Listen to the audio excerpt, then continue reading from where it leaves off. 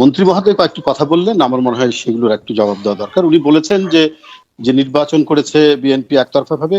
দেখুন, বিএনপি কিন্তু ফ্যাসিজম প্রতিষ্ঠা করেনি। বিএনপি একদলীয় বাকশাল তৈরি কিন্তু রিজভী, আমি আপনার সাথে দ্বিমত পোষণ করি। বিএনপির ফ্যাসিজম আপনি বুঝবেন না তো, ওই পার্লামেন্টে বিএনপির মধ্যে থাকলে তো বিএনপি ফ্যাসিজম বোঝা যায় না।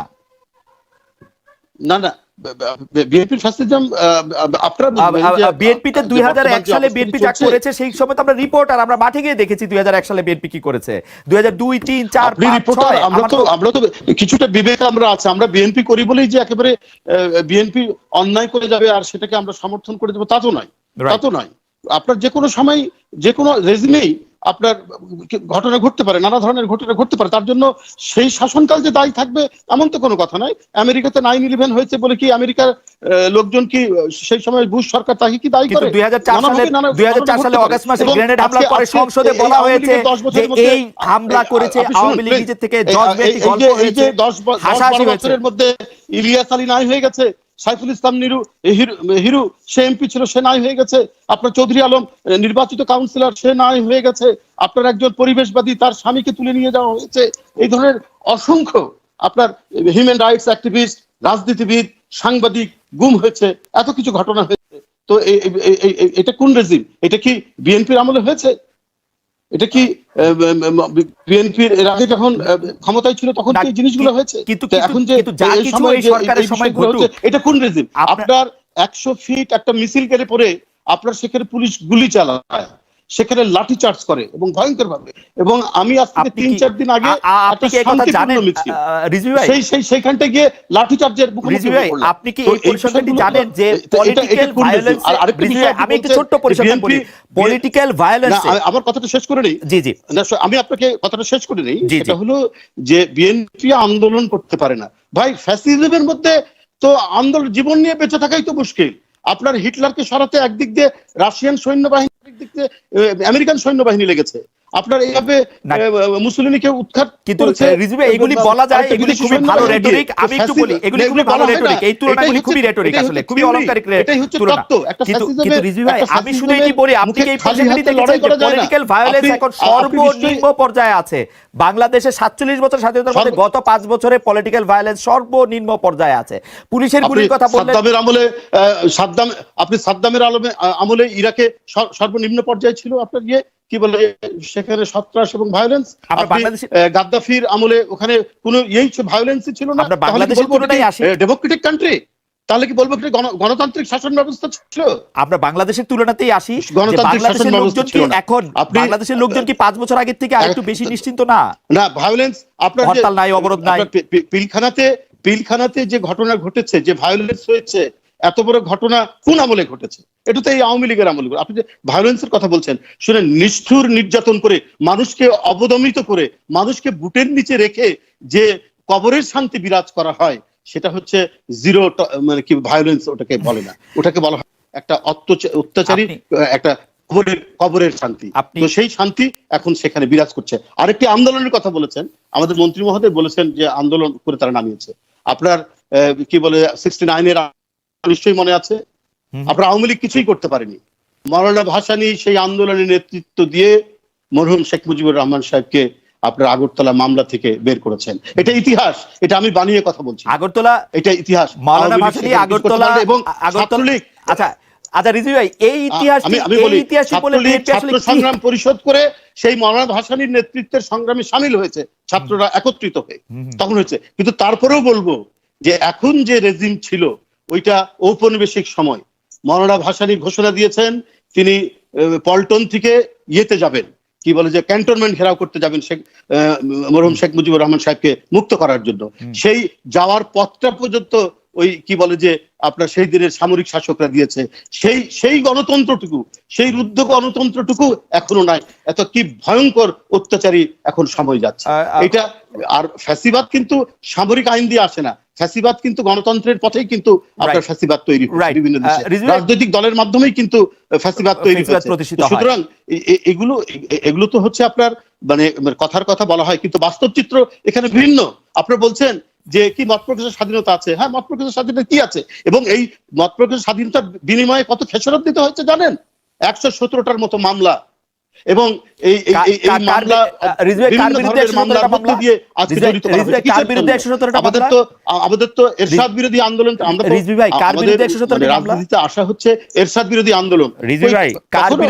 মামলা হয়েছে, ইয়ে হচ্ছে রাজনৈতিক মামলা হয়ে থাকে সেটা, কিন্তু এখনকার যে মামলাগুলো সেটা হচ্ছে সমস্ত মানে বিচারালয়কে হাতের মুঠোয় নিয়ে সরকারের ইনস্ট্রাকশনে মানে গণভবন থেকে যেটা বলা হবে সেইভাবে আপনার রায় হয়, সেইভাবেই বিচার হয়। এটা খালেদ সাহেব আপনি নিশ্চয়ই জানেন। আর ব্যবসায়ীদের কথা বললেন, আপনি জানেন কত ব্যবসায়ীকে ডেকে নিয়ে গোয়েন্দা বাহিনী, আইন শৃঙ্খলা বাহিনী ধমক দিয়ে তাদেরকে বলা হয় তোমরা বিএনপিকে পয়সা দিচ্ছ, তোমরা বিএনপিকে চাঁদা দিচ্ছ, তোমাদের কিন্তু পরিণাম খারাপ হবে। অসংখ্য ব্যবসায়ী আমাদেরকে এসে বলে যারা বিএনপিকে সমর্থন করে, তারা আস্তে আস্তে সরিয়ে দেওয়া হচ্ছে। আপনি যদি বলেন, আমি যদি এখন তাদের নামগুলো যদি প্রকাশ করি তাহলে তারা আরো বিপদে পড়বে। আমি এই ধরনের যদি 50-60 জন ব্যবসায়ীর কথা যদি আপনার সামনে প্রকাশ করি তারা আরো বিপদ পড়বে। তারা গোপনে এসে আমাদেরকে বলেছে যে আইন শৃঙ্খলা বাহিনী বিভিন্ন জেলায় যারা বিএনপিকে ধরেন, যারা ডোনার আছেন বিএনপি যারা করেন বড় ব্যবসায়ী, তাদেরকে গিয়ে এই ধরনের হুমকির মতো তারা পড়ছে এবং তারা আস্তে আস্তে সরিয়ে দেওয়া হচ্ছে। এই ধরনের একটা ভয়ঙ্কর নৈরাজ্যিক বিভীষিকা বাংলাদেশে আপনার পার্টির মহাসচিব। হ্যাঁ, আমি শুনতে পাচ্ছি আপনাদের কথা। আমি কথাগুলো বলতে, আমি একটু বলতে চাইছিলাম যে এখানে আলোচনা হচ্ছে, আলোচনায় তো আমি যদি পার্টিসিপেট করি তাহলে তো আমাকে কথাগুলো বলতে হবে। সেজন্য আমি বলছি যে আজকে দলের চেয়ারপারসন কারাগারে, আজকে দলের ভারপ্রাপ্ত চেয়ারম্যান তিনি দেশের বাইরে, পার্টির মহাসচিব, স্ট্যান্ডিং কমিটির মেম্বার যারা মন্ত্রিত্ব করেছেন, যারা বিশ্ববিদ্যালয়ে অধ্যাপনা করেছেন, দেশের মানে সুনামধারী রাজনীতিবিদ, এরা কেউ এই সরকারের মামলা থেকে বাদ পড়েননি। প্রত্যেকেই মামলার মধ্যে জড়িয়ে রেখে তারা মানে একটা আগেই যেটা বলেছি যে একটা কবরের যে শান্তি, সেই শান্তির মতো তারা দেশ শাসন করতে চাচ্ছেন। এখানে গণতন্ত্রের লেশমাত্র নয়। নিশ্চুপ থাকা কি আপনার এটা কি মানব সমাজের মধ্যে কি এটাকে গ্রহণ করে?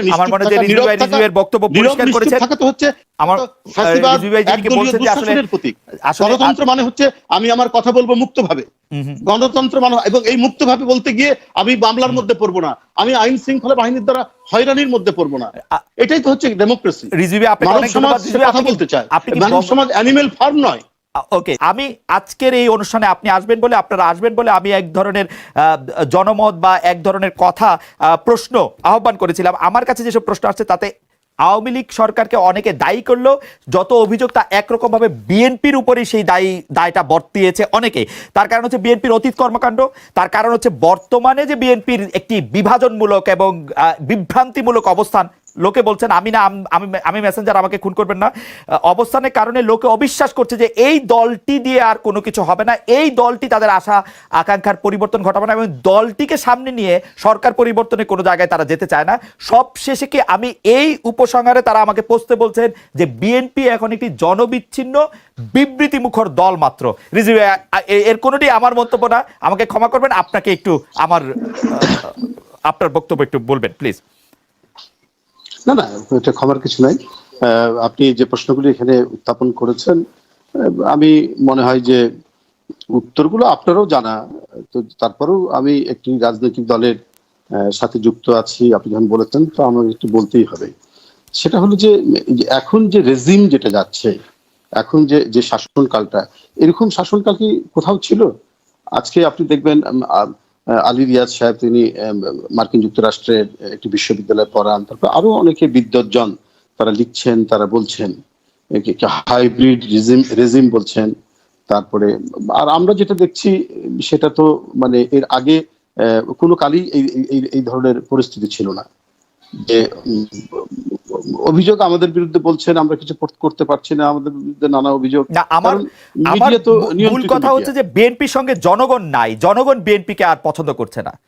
আমরা নির্বাচন বয়কট করেছি, আবার নির্বাচন এটা করেছি যে আমরা যখন দেখছি কোন দিক থেকে মত প্রকাশের স্বাধীনতার উপর ভয়ঙ্কর রকমের চাপ এবং এই মত প্রকাশের স্বাধীনতা মানে মোটেই নেই, গণতন্ত্রের আমরা এই নির্বাচনগুলো অংশগ্রহণের মধ্যে আমরা জানি যে ভোট লুট করে না হবে, আমরা জানি ভোটারদেরকে ভোট দিতে দেওয়া হবে না। আপনি দেখুন না, এই যে গত যে আপনার যে নির্বাচনটি যেটি হয়ে গেল, সেই নির্বাচনের পরিণতি আপনি নিজেই দেখেছেন যে এত কিছু মানে চোরাই করে ইভিএম দিয়ে নানাভাবে ব্যালট বাক্স পূর্ণ করার পরেও আপনি দেখেছেন যে এখানে আপনি মত প্রকাশের স্বাধীনতার, আপনি যখন হরতাল করেছেন তখন পুলিশ গিয়ে আপনাকে অনুরোধ করেছে, আপনি সেটি মেনে নিয়েছেন। মানে আমি তো দেখতে পাই যে একটি চরম গণতান্ত্রিক অবস্থা, মানে এর চেয়ে ভালো গণতান্ত্রিক অবস্থা তার আমি দেখি না। মানে আমি যদি তর্কের খাতিরে বলি, আপনি বোধহয় আমার মনে হয় আপনি তখন দেশেই ছিলেন, আপনার জানার কথা যে হরতাল দেওয়ার মানে গণতন্ত্রে যে সমস্ত শান্তিপূর্ণ কর্মসূচিগুলো দেওয়া যায়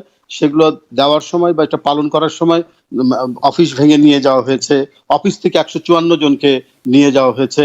মত প্রকাশের স্বাধীনতার কারণে আপনার পিয়াস করিম একজন বুদ্ধিজীবী, বিশ্ববিদ্যালয়ে তিনি পড়াতেন, তার পায়ের সামনে ককটেল মারা হয়েছে, তার বাসার সামনে ককটেল মারা হয়েছে, এবং এই মত প্রকাশের স্বাধীনতার কারণে আপনার মাহমুদুর রহমান সাহেবকে তিনি কোর্টে হাজিরা দিতে গেছেন, সেইখানে আক্রমণ করা হয়েছে পুলিশের উপস্থিতিতে।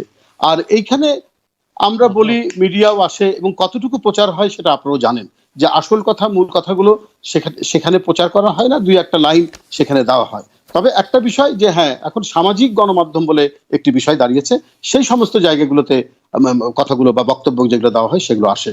কিন্তু যখন সরকারের নানা বিষয়ে যখন সমালোচনা করা হয় বা কোনো কর্মসূচি করা হয়, এটা দমন করার জন্য এমন কোনো পদ্ধতি নাই যে সেটা করা হয় না। আপনি দেখেছেন কয়েকদিন আগেই আমরা দেশনেত্রী বেগম খালেদা জিয়ার জামিন যখন বাতিল করা হলো, এর জন্য কর্মসূচি দেওয়া হয়েছিল। সেই কর্মসূচি হচ্ছে যে আমরা একটা গণমিছিল করব। সেই গণমিছিল করতে না দেওয়ার জন্য কত ধরনের অত্যাচার, নির্যাতন, গ্রেপ্তার, লাঠিচার্জ এগুলো করার পরে তারপর সর্বশেষে একটা সমাবেশের জন্য তো প্রস্তুতি লাগে আগে থেকে, একটা সেই প্রস্তুতির জন্য আগে থেকে বলতে হয় একেবারে আমাদের এর কর্মসূচিটা শুরু হবে 2টার সময় গণমিছিল, সেই জায়গায় তারা বললো যে সমাবেশ করতে হবে। তো এগুলো কি আপনার মত প্রকাশের স্বাধীনতার পক্ষে যায়? এটা কি আপনার কি বলে গণতন্ত্রের যে স্বীকৃত যে স্বাধীনতা, কথা বলার স্বাধীনতা, বাক স্বাধীনতা, এটার পক্ষে যায়? এটা আমি তো ছোটখাটো কথা বললাম, এর মধ্যে অসংখ্য ঘটনা আছে এই মত প্রকাশের স্বাধীনতাকে দমন করার জন্য, এটাকে হরণ করার জন্য সরকার তো কালো কানুন করেছে এবং নানাভাবে আমি